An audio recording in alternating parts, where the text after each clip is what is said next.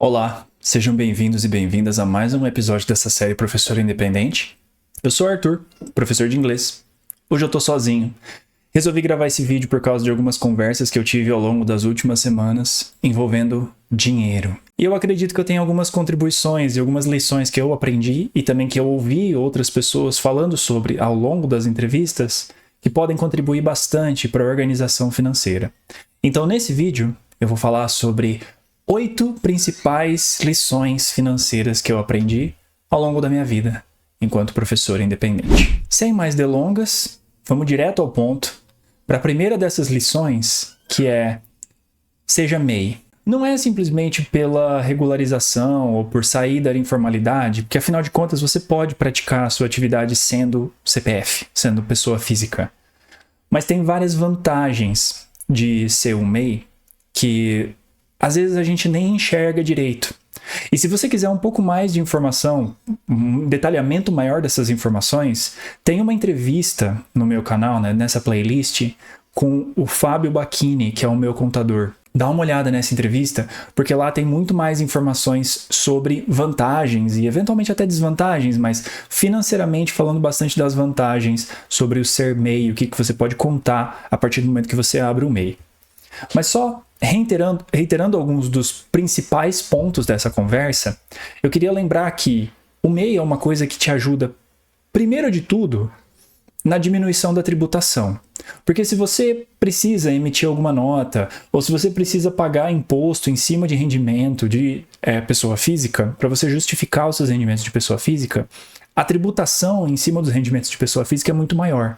E a tributação em cima de MEI é muito mais controlada. Se você ainda é um pequeno professor independente, como é o meu caso, ser o MEI é o que vai mais te ajudar nesse aspecto, a não ter aquela despesa inesperada no final do ano e saber mais ou menos o que você vai ter que pagar de imposto dentro dos seus rendimentos.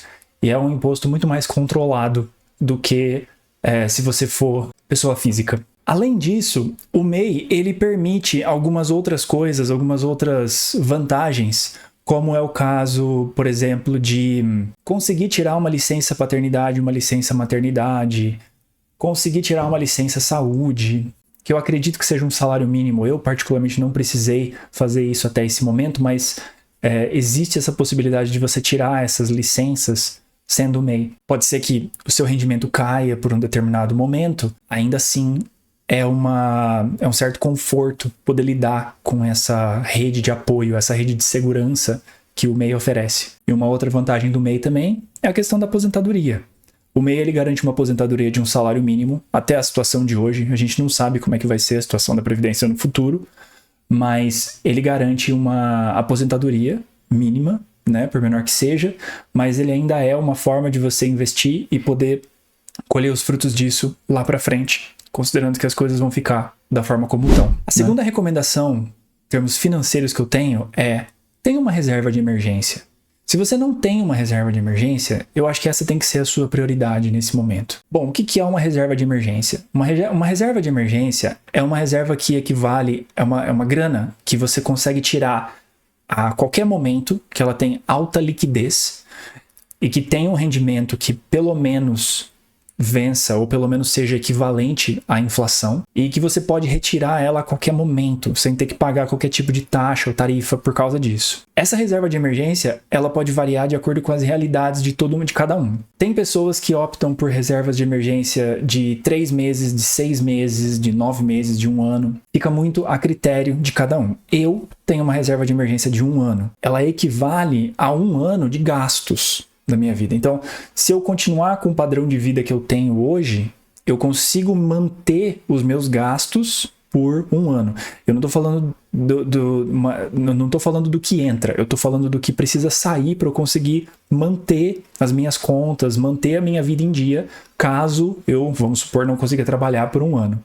1 ano pode ser uma perspectiva até meio exagerada para alguns professores, mas pelo menos ali 6 meses eu acredito que vale a pena todo mundo investir. E se você não tem uma reserva de emergência, eu estabeleceria isso como uma prioridade nesse momento. Eu só queria lembrar que quando a gente fala de emergência, muitas pessoas acham que emergência é você estar numa cama de hospital e não poder exercer o seu trabalho. É claro, isso é uma emergência. A emergência de saúde é uma emergência. Mas vamos lembrar também que emergências podem ser outras coisas, do tipo, imagina que o seu computador dá um problema e você não vai poder esperar uma semana para consertar o teu computador, né? Mandar para um técnico consertar, ficar uma semana sem dar aula. Você precisa comprar um novo computador, né? Isso é uma emergência. Ou o seu celular. É muito difícil ficar sem celular nos dias de hoje. Então isso é uma outra emergência. Eventualmente, vamos supor que aconteça alguma coisa com a sua casa e você precisa se deslocar temporariamente da tua casa e ficar uma semana num Airbnb ou num apartamento, alguma coisa assim. Você precisa pagar um aluguel desse lugar. Isso é uma emergência. Então, ter uma reserva de emergência é uma garantia de que quando essas coisas acontecerem, se essas coisas acontecerem, espero que não aconteçam, mas que você não tenha que se colocar em dívida ou deixar de ter renda por causa dessas eventualidades, entendeu?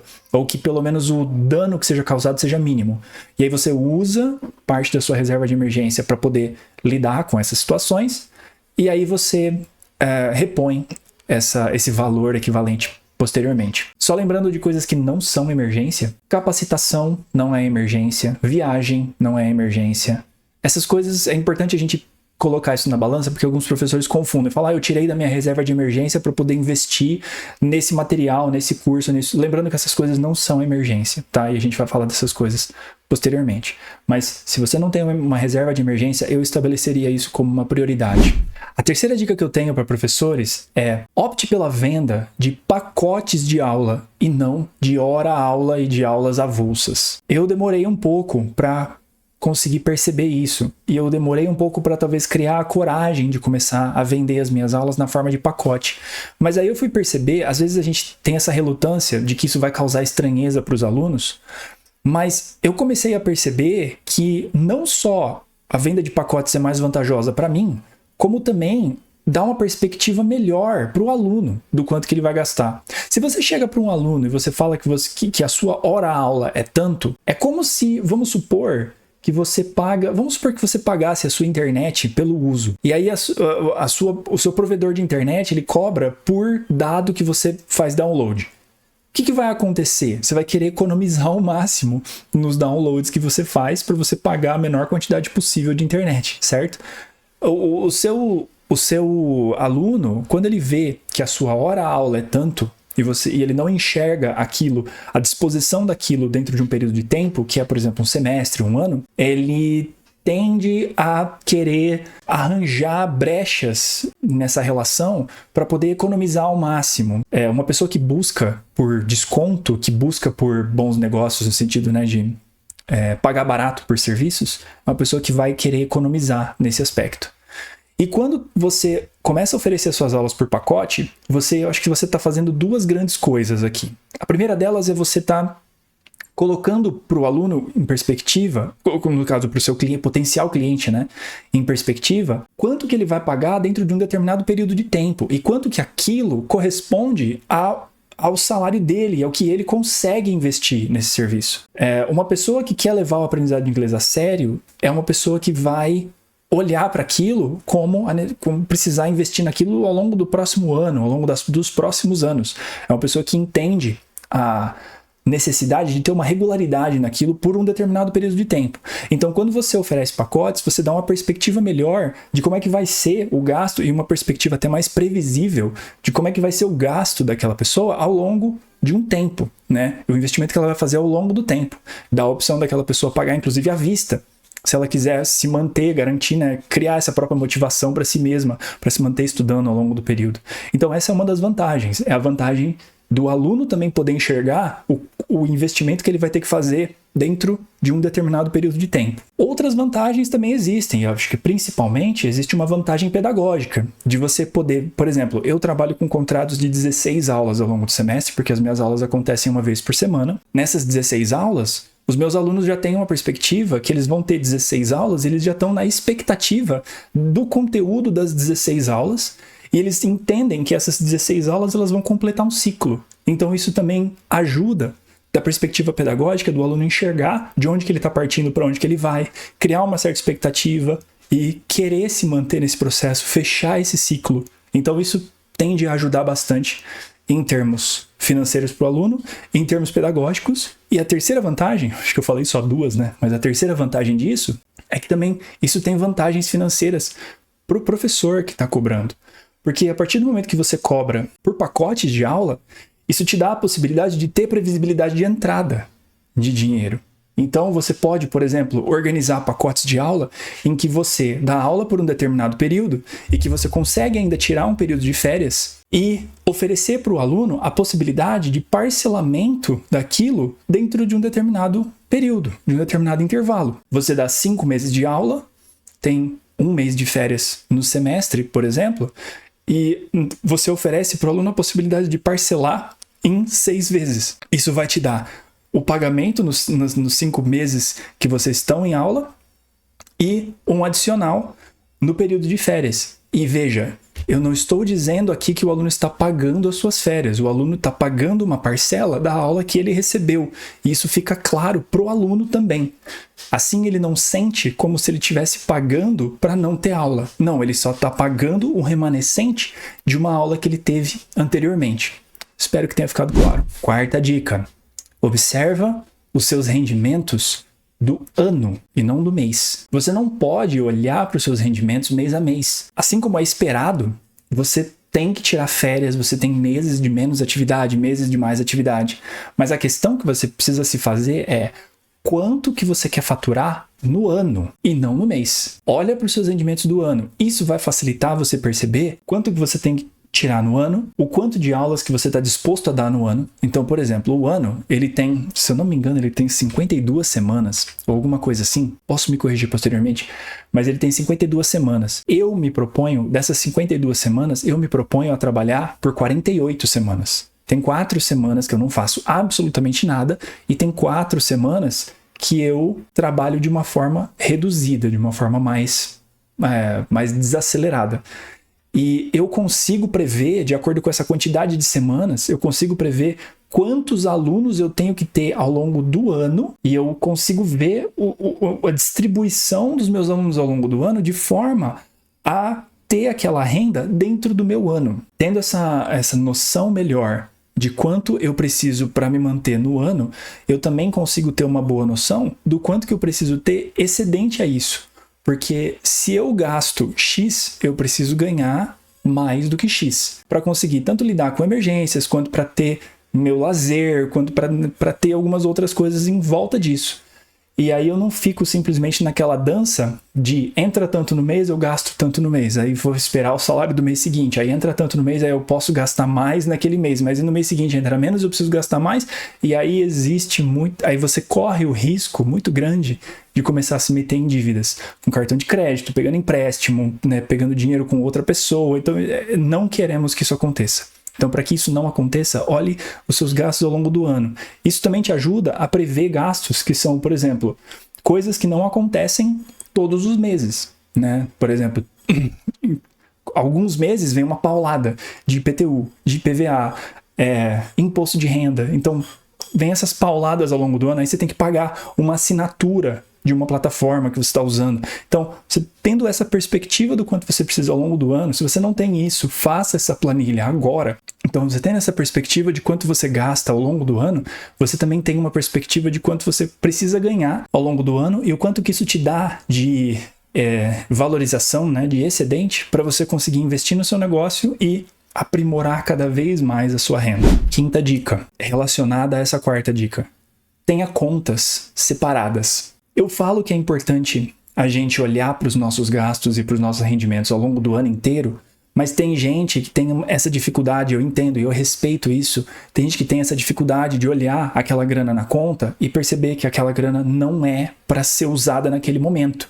Aquela grana é para ser usada daqui a alguns meses para pagar uma outra conta. Mas você não tem controle da entrada. Você vai tendo entradas e você tem que garantir que essas entradas elas vão ser distribuídas. Principalmente se você tem essa dificuldade, mas eu acho que em qualquer caso é importante você ter contas separadas.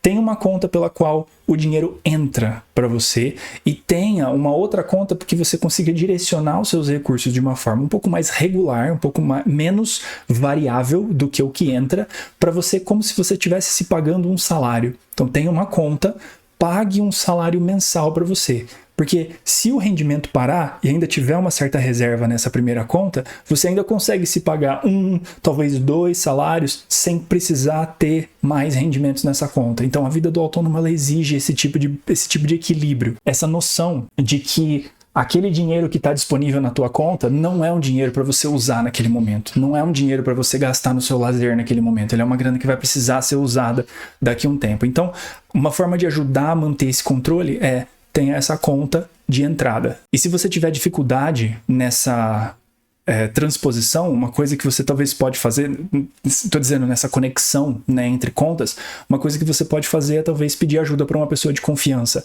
a te ajudar a administrar essas contas e manter esse fluxo regular para sua conta, para você não correr o risco de simplesmente lançar mão de um recurso que você vai precisar daqui a um tempo. A sexta dica que eu tenho para você é guarda para sua aposentadoria. Não dá para saber o que vai ser daqui 10 anos, 20 anos, 30 anos, quando você precisar se aposentar. A gente não tem uma clareza de como que as regras da previdência privada vão operar, a gente não sabe exatamente como é que vai ser. Então é muito importante você ter uma reserva que te impossibilite mexer nela e que ela fique como uma reserva para longuíssimo prazo, para você poder tirar apenas no vencimento, que vai ser daqui a alguns bons anos, para você poder observar o bolo crescendo e você ter uma certa garantia que você não vai precisar ficar correndo atrás dessa cenoura, né?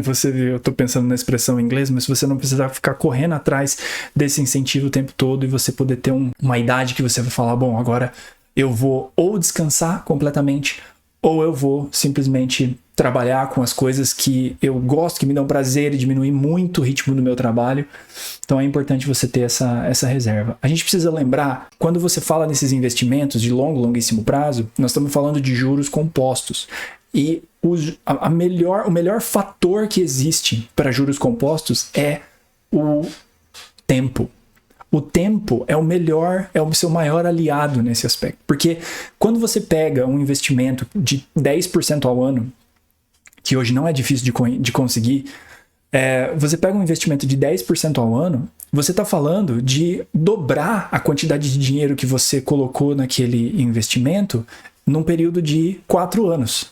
E você está falando de triplicar num período de 6 anos. E você está falando de quadruplicar no período de 7 anos. Entendeu? Então o seu dinheiro esse bolo ele vai crescendo exponencialmente em um período cada vez menor de tempo. Então, a melhor vantagem que você tem, o melhor aliado que você tem nesse processo de investir para sua aposentadoria é no tempo. Então, você tem um tempo para sua aposentadoria, começa hoje, porque daqui 10 anos, daqui 20 anos, daqui 30 anos, isso vai fazer total diferença. A sétima e última dica que eu tenho para dar é talvez uma das mais difíceis, talvez uma das mais complicadas, mas ela é extremamente necessária a gente viver e a gente aceitar essa realidade, que nós precisamos viver abaixo da nossa renda. E aqui eu tô falando para qualquer renda, tá? Qualquer renda. Se você ganha 50 mil, 70 mil, 100 mil, 150 mil, 200 mil, 300 mil, 600 mil reais no ano, independentemente, você precisa ser capaz de viver abaixo da sua renda. Aqui a gente precisa aceitar o fato de que se você ganha 100 mil e você gasta 100 mil, não existe qualquer margem para emergência e para erro nessa equação. Quando você gasta o que você ganha, você talvez está gerando uma dívida para você no futuro. Então, tomem cuidado com essa prática de viver no limite do que você ganha. E se isso está acontecendo, talvez seja o ponto em que você tem que avaliar, diminuir gastos, pelo menos temporariamente, até que você tenha recursos para você poder retomar esses gastos posteriormente. Então, aqui eu não estou simplesmente falando de aceite a sua realidade e viva com menos. Não, eu estou dizendo, se programe para diminuir os seus gastos temporariamente, para que você possa posteriormente correr atrás e você possa vislumbrar um aumento de renda na sua empresa, um aumento de renda com as suas aulas e que você possa depois voltar a viver a vida que você tem hoje e no futuro ainda ter uma vida melhor. Então, estamos todos aqui com o intuito de tornar a vida de cada um mais agradável, a vida de cada um mais prazerosa, com possibilidades de crescimento profissional e com possibilidades de valorização, de lazer, de diversão, de cultura. Essa conversa não precisa terminar aqui, ela pode continuar ali nos comentários. Então diga aqui o que você me diz que foi a melhor recomendação que você já ouviu financeiramente, e também me diga se você tem dúvidas. Deixa aqui nos comentários. Lembre de deixar o seu like, de deixar a sua inscrição. Isso ajuda muito na propagação desse conteúdo. Agradeço por você que seguiu até aqui e continua com a gente. Tem mais entrevistas, tem mais conteúdo por vir. Muito obrigado. Um abraço.